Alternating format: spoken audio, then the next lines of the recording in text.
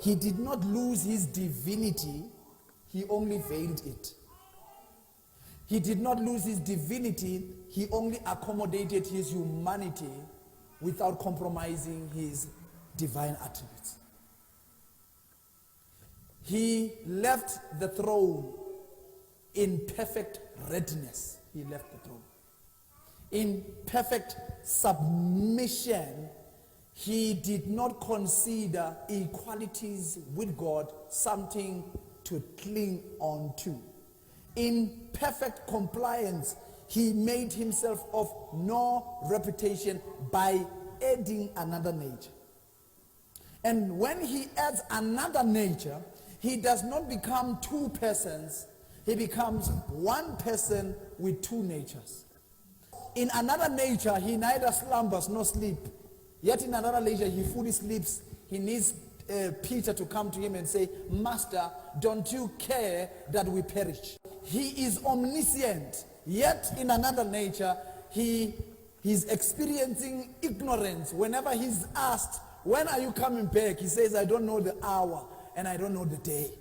Me and my Father are one. Yet in another nature, my Father is greater than I.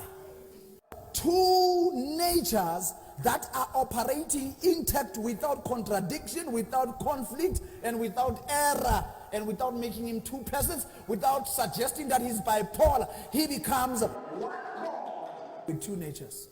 So he needs to take the form that can draw blood and share blood. So he took upon himself a form, now the challenge about that form is less informed concerning his divinity.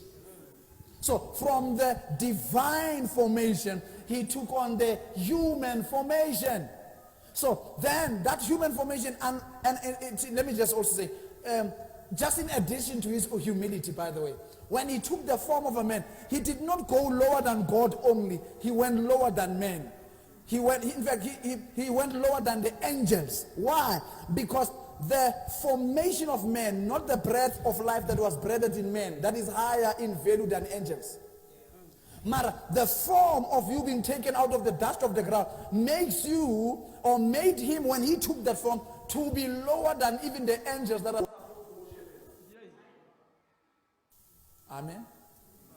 Yeah, in order for them to worship him, they are supposed to now worship him by revelation. They now need to worship him by revelation. That is why this teaching that you guys are commanding angels, it's a lie. Jesus could not command angels because he had lowered himself to the form of man. He says to Peter, don't you know that I can call legions of angels? But the form that I have and the ministry that I've come to do, I have not come to express myself in my royalty, in my divinity, in my majesty. So I have veiled my majesty, veiled my glory, reduced myself to nothing, so that when you see me as natural as a mere man, so that you can say bad things about me, you can spit on me, but I won't do anything to you because I'm in a form that cannot punish you. So he has to really lower himself such that it's possible for you not to worship him, and he's cool with it. The only problem is that in order for you to see him, you have to see him by the eyes of faith. Because now he has removed everything that makes him obvious to be God. He stripped that away.